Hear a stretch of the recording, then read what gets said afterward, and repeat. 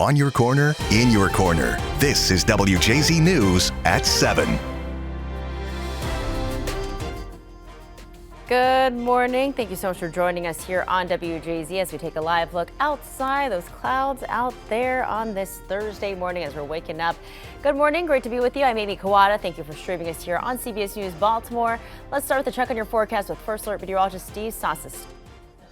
Impacts from Aaron today. Yes, that's right. And Amy, we will see those impacts greater as you head toward the beaches, and we're talking about the Atlantic Ocean beaches. Chesapeake Bay will see some impacts, but this is definitely an ocean storm, as an indirect effect of this storm will give us cloudy, cool, breezy weather inland, and it'll give rough, dangerous rip currents along our beaches, along with big breaking waves and coastal flooding during the times of high tide. So we need to be concerned with the factors at those beaches all the way through tomorrow evening. A sprinkle or shower at worst with this storm. So fresh water and rain not a concern with this tropical storm and hurricane brush that we are getting with these conditions. 7-foot waves off Ocean City right now.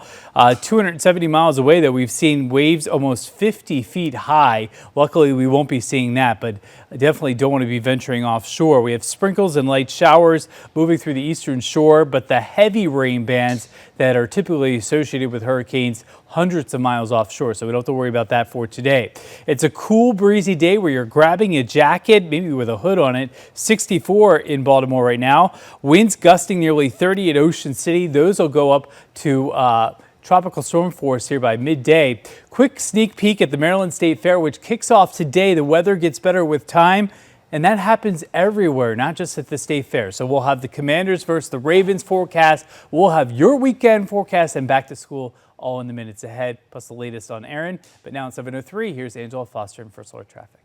Steve, we are tracking a few accidents and a lot of delays that are just starting to form. Of course, we are preparing all drivers for next week when we've got back to school around the region. Right now, it is improving very quickly for the northbound trip on 895 into the Harbor Tunnel. Lanes have reopened from that stalled vehicle, and we're up to 17 minutes, which is great. We were at 40 minutes just a few minutes ago for that 6-mile drive, leaving Lansdowne, getting you into the Harbor Tunnel. Baltimore City Police say multiple vehicles are involved with this one. Accident on East Fayette Street at North Lakewood Avenue. You may have some lanes closed. They are certainly directing traffic around that accident location. And we continue to monitor the closure in Howard County. On your corner over in Glen Elk, trying to maneuver the crash between Jennings Chapel Road and Roxbury Road. We've got 97, which is Roxbury Mills Road, closed in both directions. Your best alternate is going to be Old Frederick Road, Highway 99. Thank you, Angela. And as now we want to get a closer look at impacts of Hurricane Aaron on our coast. First Alert meteorologist Cutter Martin has been live in Ocean City this morning, showing us the latest conditions. Cutter, last time we checked in about an hour ago, you said the sounds of those waves were pretty intense. Any progress now? Yeah, absolutely, Amy. If anything, the waves are even greater. They're breaking right up against the beach, so extremely loud. The force of water, it's hard to really realize just how much force there is there. We're hearing that with each crashing wave this morning. We actually have a different camera set up, a closer view of the beach, and it is the beach that's kind of at a loss at this moment. You can see some of that wave run up there, the frothy white. Those are the actual waves, and occasionally the water pushed up almost all the way to the dunes. So we're getting these little tidal pools form closer to the dunes. So basically what was 100% of beach, now only down to about 20-30% of dry beach. Nonetheless, still safe to walk in the sand, though what little bit of sand we do have left. And we've seen so many people out here, a lot of folks, locals. This is an impressive setup, probably one of the better wave setups we've seen in a couple years here, and it's coming as monstrous Hurricane Aaron, very large hurricane, passes offshore. Now, what's tricky, and for reference, as you look at that beach cam there, high tide right now, we're up to about a 3.5, 3.6 foot level. We're looking at 4.8 with our evening high tide around 8 p.m. this evening. Waves will be several feet higher by that point. Winds gusting 20 to 30 miles an hour higher offshore and gusting up to about 40, 45 here. So conditions will go downhill through the day. As I'm talking here, first little bit of drizzle, some sprinkles moving through, but by and large, tidal flooding, huge beach erosion. We're losing a lot of sand already, and that is going to get worse through the day. We'll keep you updated live coming up at the 9 o'clock hour, 8 o'clock o'clock stream, as well as through the afternoon and streaming on CBS News Baltimore. For now, reporting live in Ocean City, Cutter Martin for WJZ. Cutter, great visuals. Thank you for that live report there. And he will have more coverage on the impacts this morning on CBS News Baltimore at 8 a.m. and throughout the day here on WJZ. In other news, we're staying on top of for you. State officials are thinking about changing the location of the new Key Bridge, and they want to hear your thoughts. They say they want to keep the construction of the bridge on track and can limit some environmental impacts. Our Alexis Davila is on your corner with the details on this new suggestion. Well, MDTA filed a request to shift slightly the construction of this new bridge. They say it will be a double win for them because it allows them to stay on track with the timeline of this bridge construction, but also work around the ecosystem challenges and concerns that people have. Now, when it comes to this, MDE received the request to shift the new bridge 260 feet to the southeast. If this is approved, MDTA says this will allow crews to start building the new bridge while simultaneously demolishing the rest of the old bridge. This would help assure that the new bridge will be complete by 2028. The remaining piers of the former bridge are still wedged below the mudline. Dredging up these concrete slabs could cause a disruption in the bay, a move MDTA wants to avoid at all costs.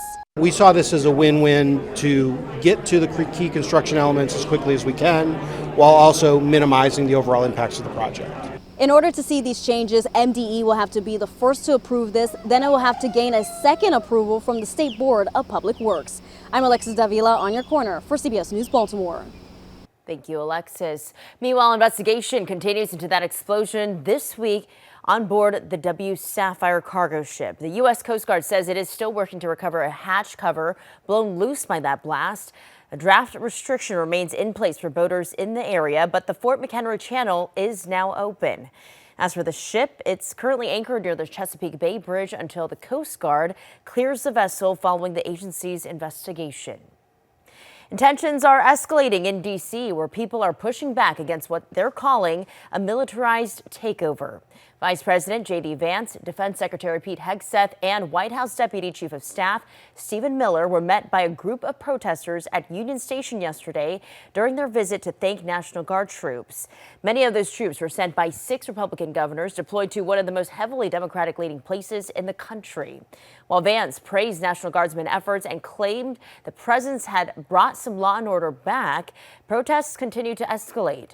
During their visit, protesters shouted slogans like "Free D.C." and heckled the officials, while Vance and Miller criticized the demonstrators as mostly elderly white protesters disconnected from the city's majority black population. So we're going to ignore these stupid white hippies that all need to go home and take a nap because they're all over 90 years old. And we're going to get back to the business of protecting the American people and the citizens of Washington, D.C. If we set a standard in Washington, D.C. that political willpower can bring some common sense law and order back to these communities, then maybe some other communities and other cities will follow suit. D.C.'s Mayor Muriel Bowser continues to argue the deployment is unnecessary. We know that crime has gone down in our city, and it has gone down precipitously over the last 2 years. Meanwhile, the Justice Department has launched an investigation into official D.C. crime stats, which the administration has called fake.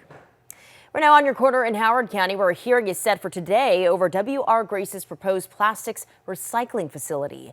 As we reported, neighbors in Columbia have concerns over possible impacts to their health and in the environment if approved. The Board of Appeals chair has ordered some arguments to be excluded in that fight against the facility. That ruling says those arguments cannot be included as evidence. The ruling also says a challenge to the planning and zoning approval for the plant can only cover violations of the rules. That appeals hearing on the facility is scheduled for 8:30 this morning, so in about an hour. Still to come, streaming on CBS News Baltimore. Steve.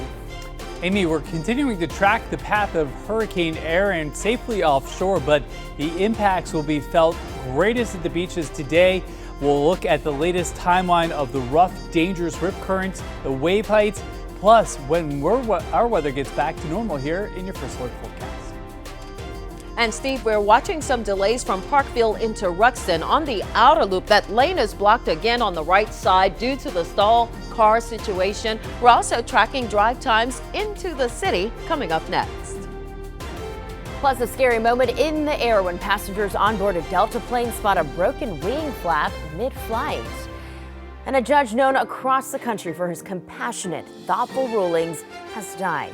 A look at Judge Frank Caprio's legacy ahead.